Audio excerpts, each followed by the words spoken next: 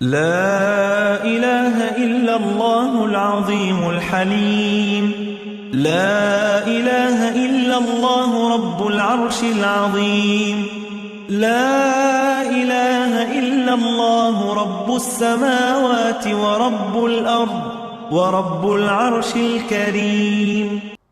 இப்னு Abbas ரதியல்லாஹு அன்ஹு நமக்கு பதிவு செய்கிறாங்க, ரசுல்லாஹி ஸல்லல்லாஹு அலைஹி வஸல்லம் மிகவும் கவலையாக இருக்கும் போதோ அல்லது கஷ்டங்களை அனுபவிக்கும் போதோ இந்த வார்த்தைகளை கூறி பிறகு துவா கேட்டிருக்காங்க. இது சஹி புகாரி மற்றும் சஹி முஸ்லிமில் இடம்பெற்றிருக்கக்கூடிய ஒரு ஹதீஸ். நம்முடைய வாழ்க்கையிலும் என்ன பிரச்சனைகள் இருந்தாலும், நாம் கஷ்டமான பாதையில் பயணித்து கொண்டிருந்தாலும், அல்லது நம்மை சுற்றி இருளாக இருந்தாலும், அல்லது நாம் தனிமையாக உணர்ந்தாலும், இனி இந்த சிறந்த வார்த்தைகளை கொண்டு அல்லாவை புகழ்ந்து பிறகு துவா கேட்கக்கூடியவர்களாக நாமும் இருப்போம்.